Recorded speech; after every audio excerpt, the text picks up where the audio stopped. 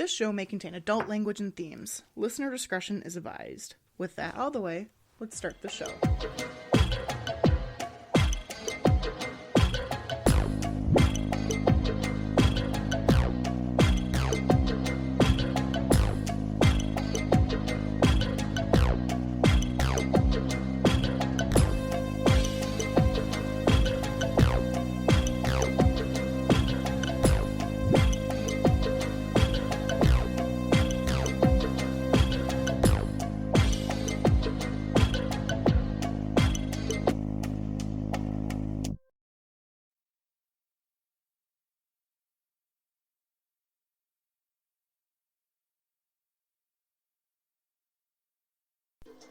You're listening to the Murder Is My Sign podcast, the only true crime astrology podcast, and I'm your host, Jordy Death, here to let your way through the true crime astrology storm. And in studio with me today, ladies and gents, is the one, the only, the fabulous Mr. Kyle. Hello, thank you so much for being such a trooper and helping me out with today's episode. Can't think of anywhere else I'd rather be. Well, good, because I wish I had some sort of creepy serial killer-esque Carla Homolka type comeback, but I really don't. And that was the episode I just did. So, anywho, welcome to March, everyone. Welcome to the shit show. Kyle, do you know what Deadly Duo I am focusing on this month, by chance? By chance, is it the Ken and Barbie killers? No, I did that last month. No, that was last month. This month, it is the Deadly Duo, the Hillside Stranglers. Are you familiar with them at all? I thought it was singular. Well, at the time, yes, authorities, when the murders were going around, they thought that they were just going to be looking for one person. But as we'll get into it, with how the bodies were found, the authorities soon realized that it would be more than one individual. Do you know who the Hillside Stranglers were, by chance? Like, any background information at all? No, I thought there was one. I didn't know there was two, so definitely no. Well, you're gonna get yourself an education today, boy! So in how I'm doing this season is... my listeners out there know, but I'm just explaining to you for your benefit. Each episode's about 20 to 30 minutes long because I break it up into parts. So today we'll talk about, the background of the two individuals and then leading up to their first kill. And then the second episode will be kind of encompassing all their murders that they did and then their capture. And then the third and final episode is dealing with the trial, their time in jail, if they went to jail, how all that went out. And then I get into the astrological bit about, their signs and their compatibility and, all that good stuff. So. All right, sounds like a plan. Yeah. All right. So, to start off, we're going to go into our little time machine here, a la Wayne and Garth, a la Wayne's World. And we're going to head back to 1977. I'm pretty sure I can find like a sound effect. Whoa, man. Smells like patchouli. So it's 1977, and the bodies of naked women and girls have been appearing in the hills surrounding Los Angeles. At the time, authorities believed it to be the work of only one person, but from how the bodies were laid out and the lack of drag marks to the site of where the bodies were discovered, authorities quickly realized that they would be in search of two perpetrators. Really? Like, what if it was just one guy carrying them? Like over a shoulder or something like that. Like a potato sack? I mean... Or like firemen carry. Oh, I suppose that would be pretty suspicious. It would be suspicious. And then I also feel like with it being in the 70s, unless you're Arnold Schwarzenegger and you're a bodybuilder, I don't think that a lot of people would be able to carry your typical average woman. I don't know. I really don't know. But... I don't know. Fireman carries the pretty... You can pick, I don't know, probably 200 pounds on an average person. Yeah, in the 70s Well, we'll continue on anyways. Okay. We'll be suspended in disbelief in that thought. I'm not a police officer, and since they got caught... I don't want spoiler alert. Right. They got caught. Obviously, I don't know what I'm talking about. That's okay. But, okay, so we're not going to get ahead of ourselves too much here. We need to go back even further to 1951. And now we're in Rochester, New York, in the 50s. And this is where Kenneth Alessio Bianchi was given up for adoption just 2 weeks after he was born by his alcoholic teenage mother, who was also a sex worker. Now, in the 50s, I can only imagine, like, the scandal that would have been, you know, being in that kind of line of work, I suppose, and let alone being a teenage mother. Crazy times. Not anymore. No, not anymore. Kenneth was born on May 22nd, 1951, but he would not be adopted until August of that year. He was taken in by Nicholas Bianchi and his wife Frances, and Kenneth would be their only child. Now, Frances was unable to have children and had had a hysterectomy to remove her faulty reproductive organs. And this left her feeling immeasurably depressed, and her life lost its meaning. Like, all she wanted to do was just have a family and have kids. I mean, it was the 1950s. And she just wanted nothing more to be a good housewife. So friends finally were able to convince her and Nicholas to adopt. And Frances guarded her new son as a tigress, like a tiger mom. And she fretted over every little thing that the kid did, to the point where baby Kenneth had 4 different doctors in his first year. But nothing was ever seriously wrong. It's pretty clear that Frances was becoming a hypochondriac. And I mean, I guess I don't blame her to a point. I mean, if you're unable to have kids and finally you're able to, you know, adopt this baby, you're going to want to protect that little thing with your life. Yeah, but helicopter parenting, that can be hovering over your kid, that can cause some problems. Oh. That's anecdotal for me at best. But, well, it really caused problems for Kenneth. Yeah. Oh, yeah. I'm sure. It was so bad. By the time he was 5, a doctor diagnosed Kenneth with petit mal seizures, which are also known as absent seizures. So basically, he would have like these trance-like daydreams, and his eyes would roll to the back of his head. And according to Wikipedia, he was also prone to involuntary urination and underwent a lot of physical examinations. This is also the age that he began to be a compulsive liar. So, I don't know. I remember reading something somewhere where there's a connection between bedwetting or like incontinence in childhood and I want to say psychopaths. Yeah, like there's like a connection between the two. There is literature out there. Like the 3 telltale signs of like a psychopath or a sociopath is wetting the bed beyond what would be quote unquote the normal age, and then torturing animals and pyrotechnics, setting fires to things. Oh yeah, there's a huge coincidence between this from when I worked in corrections and back in psychology. There's a huge connection between arson and sexual assault. Like there's a overlap between the two. Interesting. Huh. Well, I gotta say I'm not honestly all that surprised. In the research I've done so far up to this point, I've not really seen anything about like arson or fire play in these two, but there is a lot of sexual assault and abuse.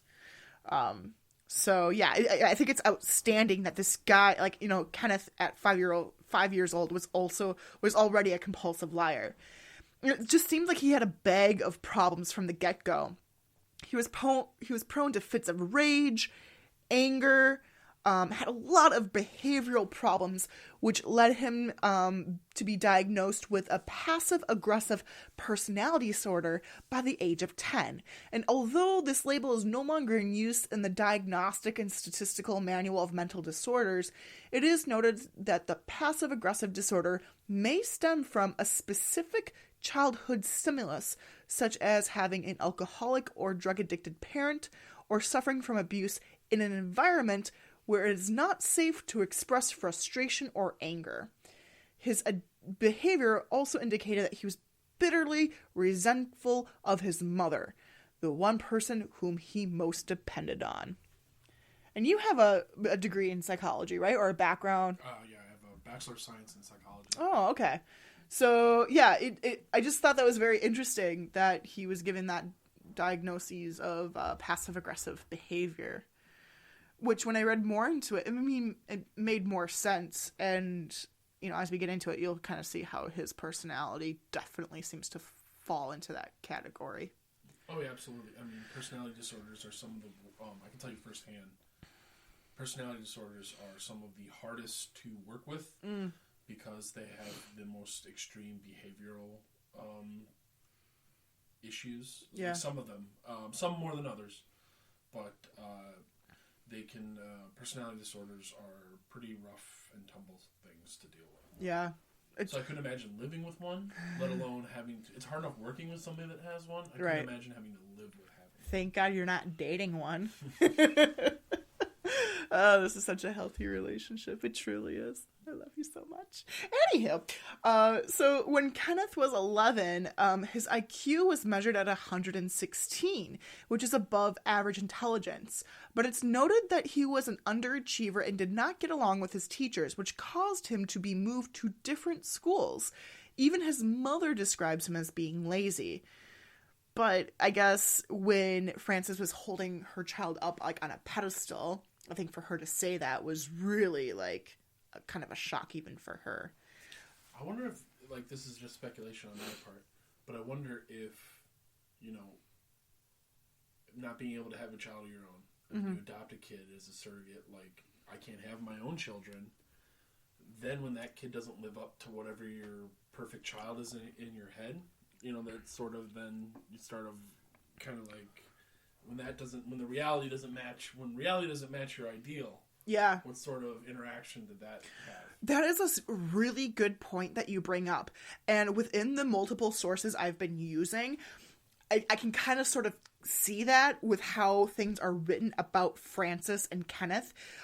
In one source, it paints Frances as a very bad mother, a very deplorable mother. But then in another source, it says that she was a very doting mom. She loved Kenneth. She would send him money and things all the time.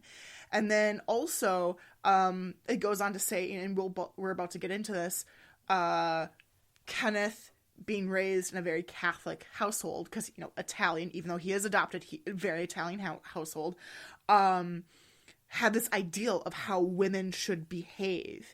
And when they wouldn't dress the way he wanted or they wouldn't act the way he wanted, he would just go off the rails. Which also probably fed into his hatred for women. Yeah. So, but we're getting a little ahead of ourselves there. But yeah, that's a very, very good point. And I'm glad you brought that up. So because of the mounting medical bills, and remember, this was the 50s going into the 60s. So back then, I think it was it was super cheap. It was still expensive, but it's a lot better than it is today as far as going to the hospital. Kenneth's father, Nicholas, worked massive amounts of overtime, and they just barely scraped by. All that time away really hurt Ken, and so when he was 13, his dad took him on a fishing trip up to Maine. When they returned, though, Nicholas died suddenly from pneumonia. But this is also, again, where my resources differ, because according to Wikipedia, he died of pneumonia, and then Kenneth, just refused to show any sign of grief over the death of his father. But in my Time Life True Crime book that I'm using, it states that Nicholas died of a heart attack at work. And then when Ken found out alongside his mother, Frances became hysterical, and Ken even tried to attack one of the officers, whereas a different officer said that he cried out and then ran upstairs to his room to weep. So I don't really know. Wow, that's 3 totally different stories. Right. That's crazy. Right. So it's really, This is why I also try to use as many different sources as I can to kind of fodder, like, to find that even keel. And it goes on to say in the Time Life book that after the funeral, Kenneth would spend hours up in the attic weeping and talking to his dead father. So again, I'm not quite sure which one to believe here, but given the clear mental instability that he showed at such a young age, I think I'm more likely to believe the Wikipedia version where he just kind of shut down and didn't show any emotion. But also, in the documentary I watched, he's able to, like all really good sociopaths are able to do, read a room and then project his emotions accordingly, which is exactly what he did during his court trial. So I really don't know exactly what he did or how he felt.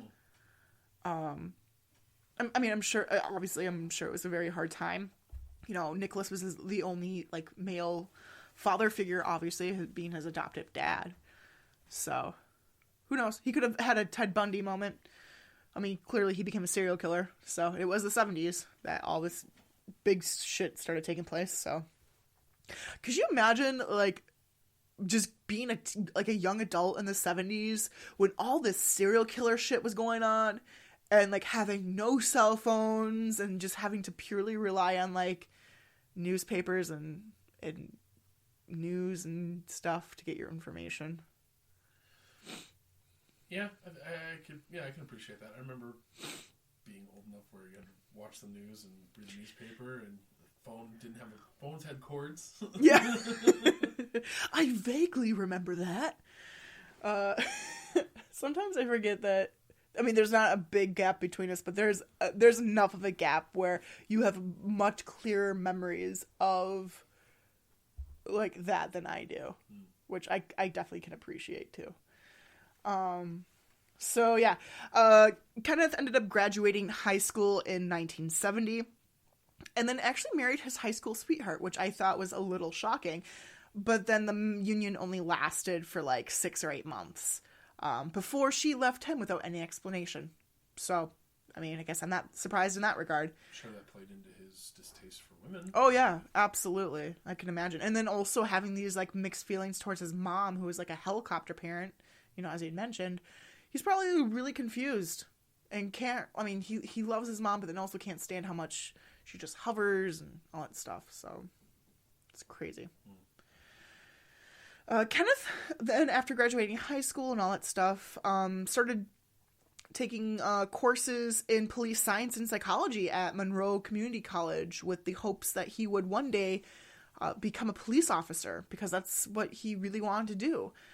But he ended up dropping out of college within the first semester and then cycled through various menial jobs before landing as a security guard at a jewelry store, which gave him access and opportunity to steal valuables which he would give to his girlfriends to buy their loyalty. So all that makes sense. I imagine, especially when it comes to the forensics part of it, like, that's like, wasn't Edmund Kemper when he wanted to be a cop and couldn't pass psych? Or... He was too tall. Oh, that's right. Ed Kemper is an incredibly smart individual. Yeah. He's absolutely fascinating. He's actually one of my top 2 favorite people to read about and do research on. He's 6'9", so he was just too tall for the uniforms. Mm-hmm. So what he ended up doing, sidetrack, he would hang out with cops at the local bar. Yeah. And would become actually buddy-buddy with quite a few of them, to the point where when he called himself in, he had to call in multiple times to the police station before they would even believe that he was a co-ed killer. Fascinating. I feel like I should do, like, a redo on some of those killers that I did in first season, like the early episodes with, like, you and me. We can just talk about it. That may be kind of fun. Yeah.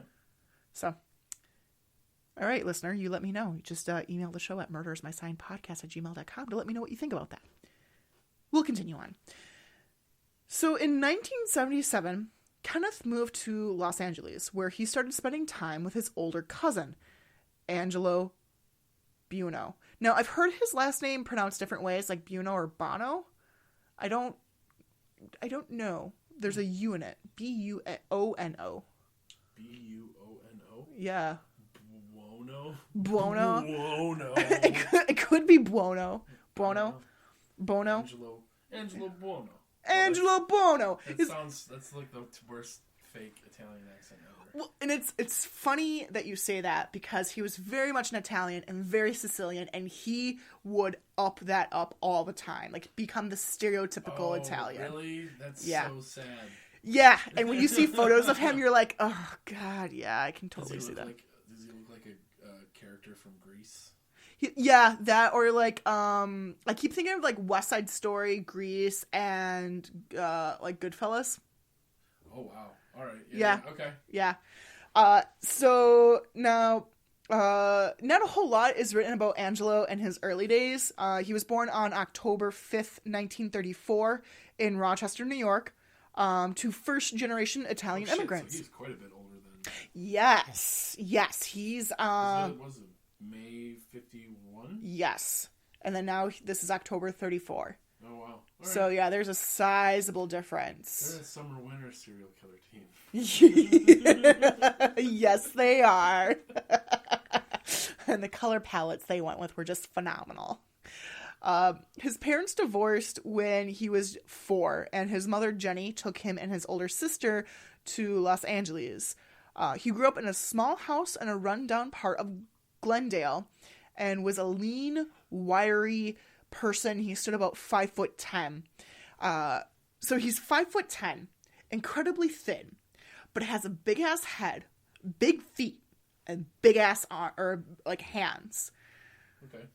So as I'm like reading this and like trying to think of descriptions of it, I just can't help but think that I'm describing a T-Rex. A big head and tiny arms.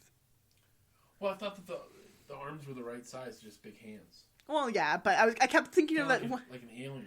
Like one of those gray gray aliens. Yes. Okay, that's a much better visual because the thing I kept thinking in the back of my mind is that scene from Meet the Robinsons, that one Disney movie where I have not seen it. Oh, okay. Well, for the viewers or for the listeners out there that have seen it, that scene in the Meet the Robinsons where there's a T-Rex, he's like, I got a big head and tiny arms, and I don't think this plan was well thought out.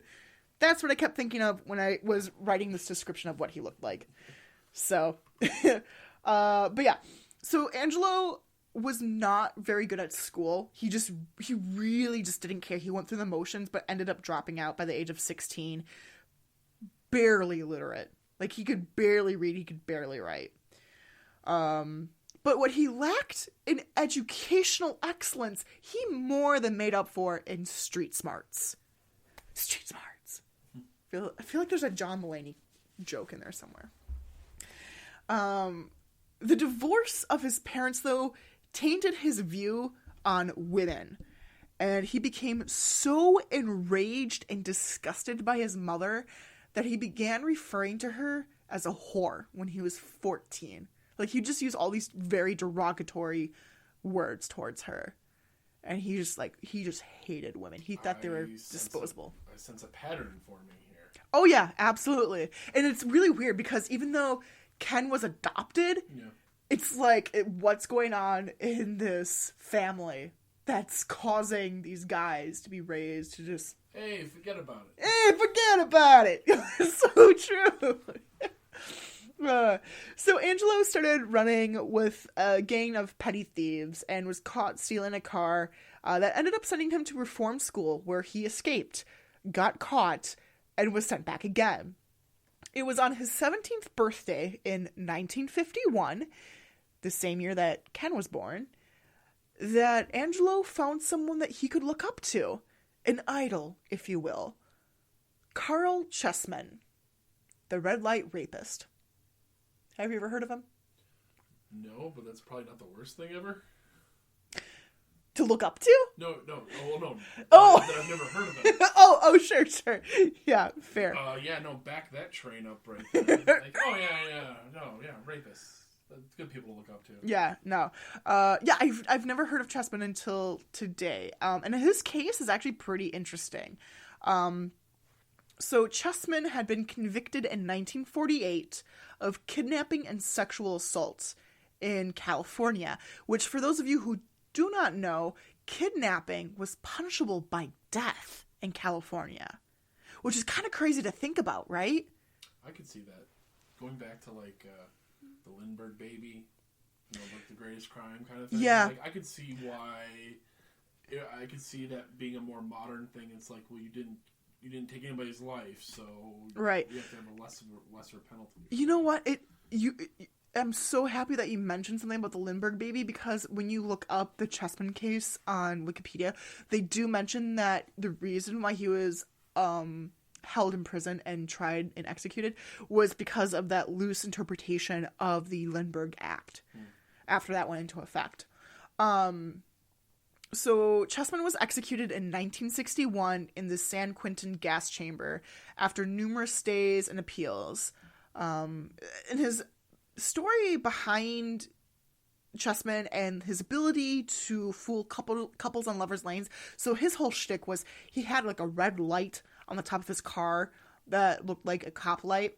And then he would go to lovers' lanes and then flash a light and then go up to the car. The couples would, like, roll down their window. He'd pull out a gun, pull the woman out, and then go rape her in his car. And that was his whole thing. And so Angelo just was, like, eating up all these stories behind Chessman. Everything about that's depressing. It is, really, very much so. But Angelo just, like, revered him as an idol. And the fact that even when he got caught, like, he was his own lawyer, his own, like, defense. That makes perfect sense. Yeah. And it's kind of always goes over really well, by the way. Right. I mean, just see Ted Bundy, that whole fucking shebang. It was crazy. That's why when people try to do that now, they actually have whole motion hearings where they're like, you understand that if you get convicted, you can't use this as a reason for a mistrial, right? Right. You can't say you had ineffective counsel because you declined counsel and you want to represent yourself. Right. Which is so dumb. I mean, I know lawyers are expensive, but goddamn. So, I mean, Chessman was able... Crimes are free. Yeah. Not for criminal trials, they're free. But what? I'm saying in a criminal trial, lawyers free. Public defenders appointed to you by the state. Okay, yeah. Or the municipality or wherever you are. Oh, I did not know that. Yeah, if you can't afford one, they have to give you one. Well, I try my hardest to stay out of court systems, so I don't even watch court TV. Is that still a thing, court TV? I don't know. I haven't had cable in a long time. Yeah, me neither. But it's part of the Miranda rights. There's a book at work I have about the case of Miranda rights. I should just breeze through that. It's Arizona I think so. Miranda. Yeah. So, yeah. Anywho.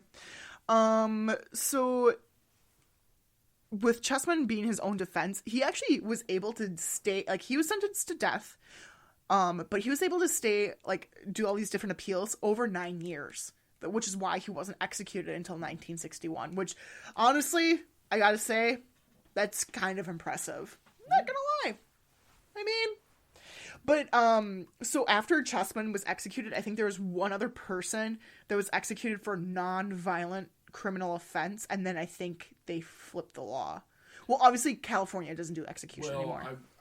You mean non-murderers? Because I would characterize rape as... I don't know how they categorize it. I would have to pull it up on Wikipedia. You got your phone. You can pull it up. Non-violent. I mean, yeah, rape and sexual assault is clearly very violent, but What am I looking at? Look up the Carl Chessman Wikipedia page. Is that spelled weird? Is it just Carl? It's Caryl. Caryl. God, I hope his name's Carl. I've been just referring to him as Carl. Carl, that kills people. Oh boy, you folks are gonna get a nice extra long episode here.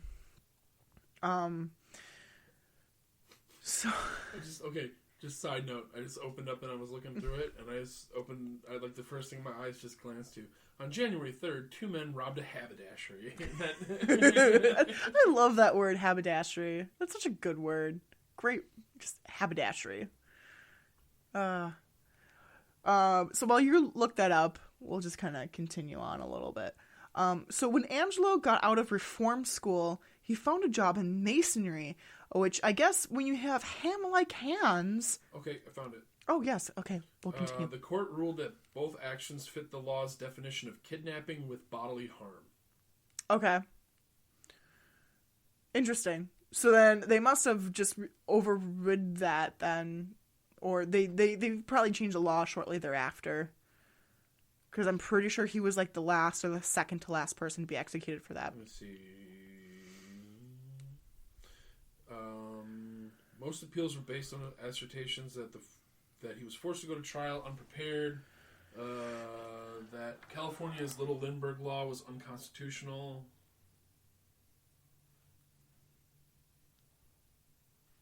I don't know. Yeah, I don't know either. We're kind of off topic. We are super off topic. Sorry about that, folks. So, yeah. No, I'm just double checking it.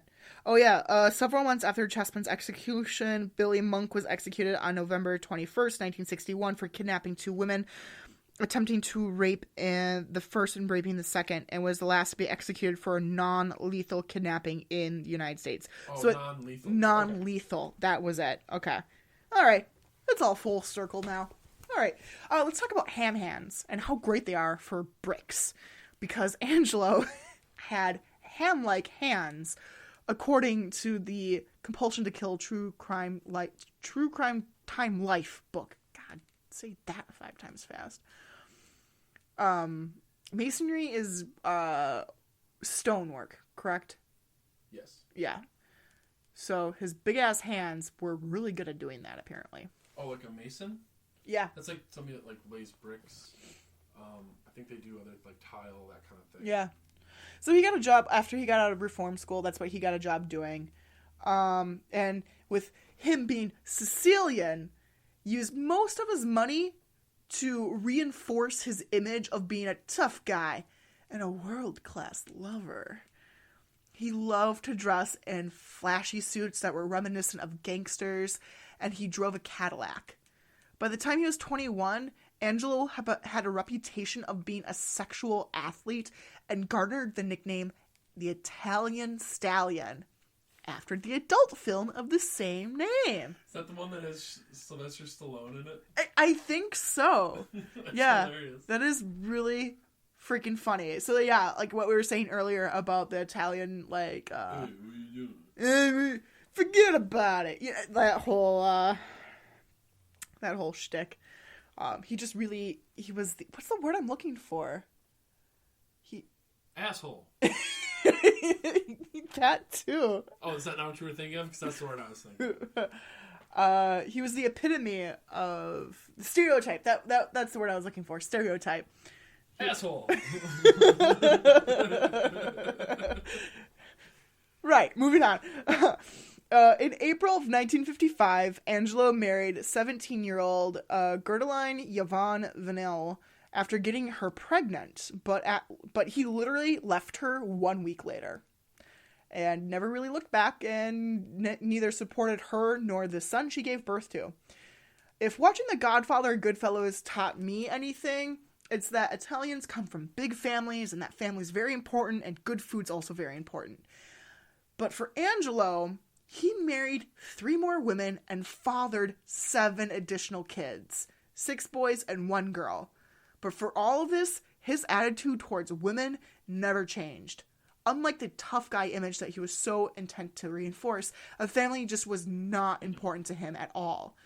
Within all of his marriages, Angelo would often beat and rape his wives and girlfriends, and it's also reported that he also sexually assaulted his children too. That wouldn't surprise me. Yeah. You know, actually, as random another side note, when I worked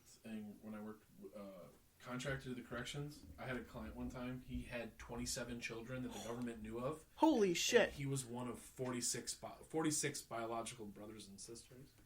Dear Lord. Yeah, his dad liked to fuck. And this wasn't like a sperm donor type situation? No, his dad was an asshole, and his son was probably a lesser asshole, but still a pretty big asshole. Still a piece of shit. Like, couldn't name all of his own kids. Jesus Christ. Just think of the family reunions. And yeah, all... right. There's no reunion. Yeah, well, I like to think of happy things. Well, okay, let's talk about more about serial killers. Okay. So Angelo having, this big family giving birth, procreating all these kids, was slapped over and over again with orders to pay child support to the various women whom he impregnated, but time and time again, he just disregarded the orders. Eventually, he was able to open up his own trim shop, since he was also very good at auto upholstery, having once worked on a sports car owned by Frank Sinatra. Which I think, for him being like this Italian gangster, I think that was probably his wet dream of doing that. Yeah, no kidding. I could just totally see him, sitting there, I did it my way, an asshole. You know? Yeah, yeah, absolutely. His house, too, was also situated right up front from the shop, and he was able to get complete privacy by the location being sandwiched between freeways and a car wash, which made it great for business in the morning and very quiet at night because not a lot of people would walk that side of town or that area because it was kind of in a very businessy, districty area. And not a business neighborhood that you'd be walking through at 8 o'clock at night. Right. Also, yeah, and it's also the 60s, 70s at this point, too.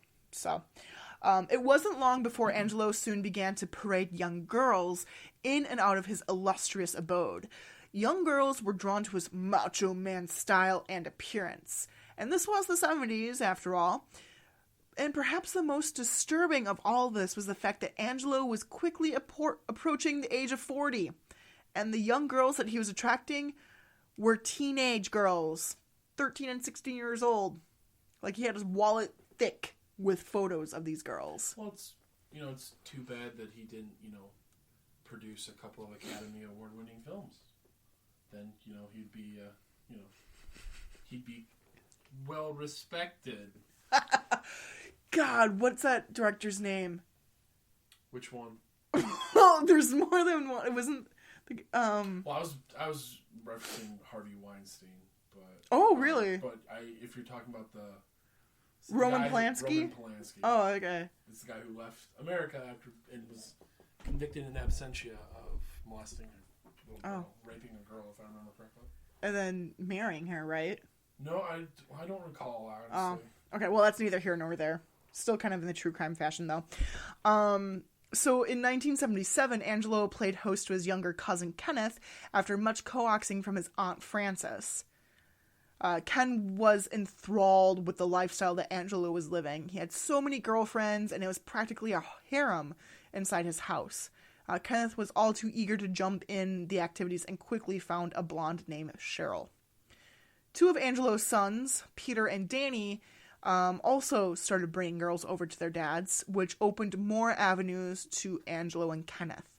But Angelo soon grew tired of having his cousin around all the time, and after 7 months of living with him, kicked him out of the house, which surprisingly he took with good grace, because his mother had just sent him enough money for a down payment on a 1972 four-door Cadillac sedan.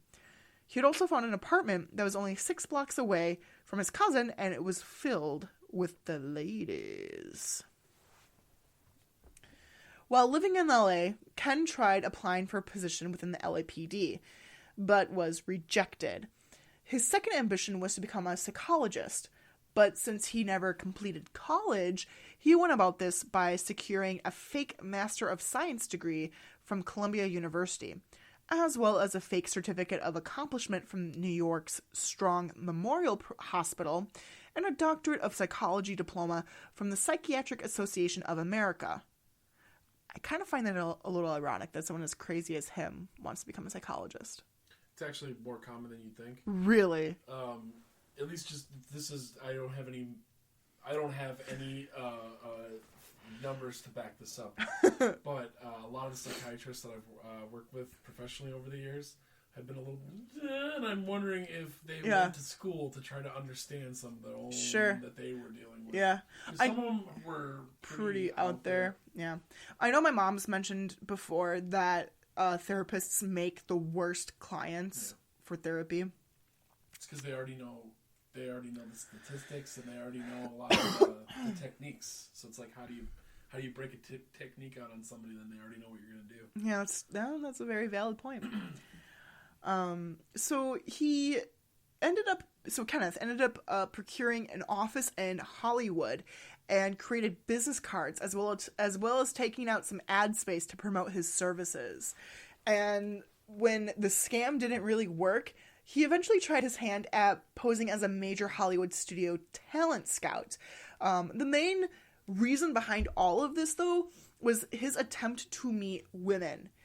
The women he did meet, though... Too bad he didn't buy a camera. He could have filmed like the talent scout porno. The casting couch stuff. Yeah. The women he did meet, though, would soon become jealous and abusive if they didn't match his perfect ideal, kind of like what we were talking about earlier. When he met Kelly Boyd on New Year's Eve, the two started dating, and within a few weeks, Kelly was moving in with Ken, and by May, she was pregnant. So now I'll be honest here, the timeline in my sources seems to be a little garbled, surprise, surprise, with everything else we've had issues with so far. Wikipedia says that Ken moved to LA in 1977, and the murders began in October of 77, whereas the Deadly Duos book says that Bianchi and Buono met up in the fall of 1975, whereas the Time Life True Crime book says that Ken moved to LA in the fall of 1976. So, we'll just kind of shuffle it all around and just say that it was the mid to late 70s when Ken was in LA and all this started. I mean, we can for sure say that the first murder happened in October of 77. So, anywho, at some point before the murders took place, Kenneth and Angelo decided to start a prostitution ring and become pimps. They did this by recruiting teenage runaways and threatening them with violence. One of the girls, a 16-year-old named Sabra, which, I'm going to do it. I'm so hungry for hummus now. I was going to make a honeypot joke, but honeypot, no. Either way, you're a sad person and I'm a sad person. I'm sad and you're sad, or maybe vice versa. So Sabra, delicious hummus, fell into the trap when she met Ken at a party. She was originally from Phoenix and wanted to get out to LA to start a career as a model. Ken played her like a fiddle, a delicious hummus-filled fiddle, saying that he had amazing contacts and she could be making $500 a week. So a couple weeks go by, and then Sabra returns home to Phoenix, but when her money runs out, she calls up Ken, and he flies her back to LA and ends up picking her up in a flashy Cadillac. Angelo had told him to put her up in a hotel the first night. The next day, he took her back to the shop where Angelo gave her $100 and told her to go buy some clothing and makeup. And Sabra thought that Ken and Angelo were kind, but the illusion didn't last long. Soon, they were coercing her to pose nude for photos, and then after assaulting her, pimped her out. They would regularly beat her with wet towels so they wouldn't leave marks, and threatened that if she tried to leave, they would kill her and dismember her, leaving her body parts in the desert to rot. Kind of makes me think of Rambo 5, Last Blood. A.k.a. Rambo takes on the Mexican cartel for sex trafficking. So. And, with a healthy dash of racism in there. Yeah. I'm not going to lie. That was a fun movie, but there was a lot of racism. What that movie lacked in pure violence and gore, unlike Rambo, it made up for in racism. By leaps and bounds. I don't really tell you, but let me tell you instead. The only thing that pissed me off, too, is, in that movie, she wanted to see her dad so bad, and here I am, never having met my dad. I'm like, bitch, get over yourself. It's not that important. But you know what? Each their own, I suppose. You're so off topic. We are so off topic. This is going into an hour. God damn. I say god damn. So, trying to get back on topic here. The torture and assault,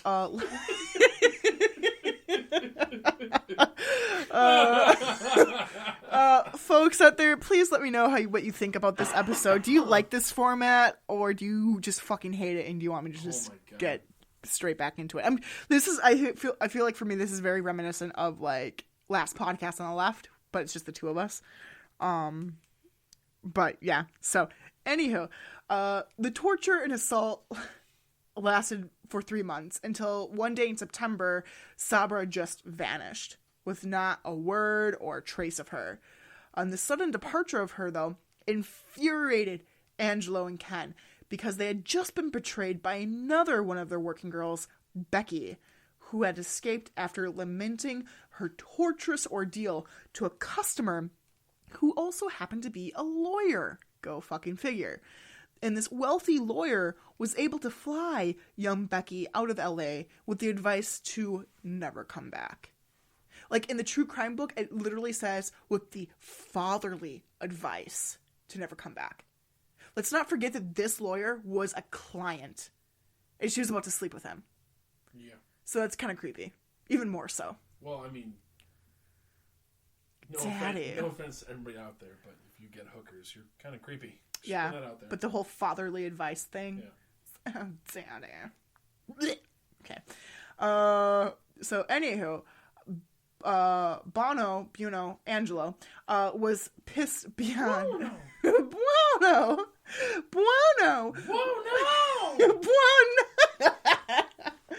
Oh no! Angelo was pissed beyond all recognition and, in his rage, threatened the lawyer who just so happened to have some connections. One of those connections happened to be a 300-pound bouncer named Tiny, who showed up at Angelo's shop along with 4 of his buddies and proceeded to threaten Angelo that if he should ever threaten the lawyer again, he'd be back and Buono would be dead. So you're telling me that a lawyer knew some shady people? That's the most ridiculous plot development I've ever heard in my entire life. Isn't it, though? Yeah. I should have you read some of the dialogue that's in the book from the bouncer Tiny. It is, like, verbatim out of, like, Goodfellas. Mike Tyson. Hey, how you doing? I'm doing like this. I don't know if you ever come back here. I'm gonna fuck your face up. Yeah. You really want me to read this? This will be fun. This will be fucking hilarious. Okay. So it starts, like, right here, and just kind of, like, do the best you can. So I reached through in the window, and I jerked him out through the window so fast, so hard, he left his shoes in there. While I had him up in the air, I asked him if he don't mind paying attention to me. So while I was dangling him in the air, he paid full attention. So I lowered him back down to the ground, and I gave him one of the lawyer's cards, and I said, "Don't be offering to kill him no more, because the last thing in the world you want is an instant replay of me." It's interesting that you took it... That's ridiculous. It's interesting that you took it that way, because when I was first reading it, like, even though his name's Tiny, he's 300 pounds. Well, no, I just imagine a dude with a tiny, like a Mike Tyson-esque, oh, like a fake sure. Mike Tyson-esque voice. Like, some big-ass dude with like a, "Hey, how you doing?" Yeah, so the way I was thinking it in my head, I was like, Bianchi's a little sniveling poo butt. It's literally a fucking line in this book. His job was if girls were scared of snakes, he'd put snakes on them. He'd done that to make sure they brought him money home. He worked on their morbid fears. We knew they were into something heavy, but we didn't know what. But if I'd known he was killing those little girls, I got 4 daughters of my own, I'd snapped their neck like a twig and not had no remorse for it. I snap your neck like a twig, and I have no remorse for it. Okay, clearly you have the better comedic delivery. So the 2 skis bags started driving around Hollywood looking for young girls that they could trick into their little prostitution ring. That kind of gives skis bag a bad name. What would you call them? Assholes. Doesn't that give assholes a bad name? Fuck it. One girl was lucky, though, when she was approached by Angelo, who had obtained an LA police badge illegally and had asked for her ID.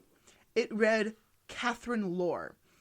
Inside her wallet was a photo of her and her father, famous film star Peter Lorre. Oh, no, it's Peter Lorre. Peter Lorre. Catherine Lorre. Peter Lorre. Okay, Catherine Lorre, Peter Lorre. Okay. Apologies. But when Angelo realized who her father was, the pair backed off. And they didn't want to be involved with such a high-profile girl. Peter Lorre, ironically enough, starred in the 1931 German film called M. where he killed little kids. Yep, he plays. It's actually if you've never seen it, it's pretty creepy, but he does a masterful job. Yeah, Peter Lorre. I was watching some clips of him on YouTube while I was doing this research. He's great, and now it makes sense because like I remember watching Saturday morning cartoons, and they'd always have that like one creepy character. Like, have you ever seen The Corpse Bride? Yes. Yeah, that little worm. I think he's modeled after Peter Lorre. They do like these, like they Looney Tunes back in the day. Like they used to like stick him in their do, like a lot of caricatures of him in their stuff. And I had no idea that was actually based on him. Oh yeah, which is crazy. Especially like it's got some pretty creepy shit. Yeah.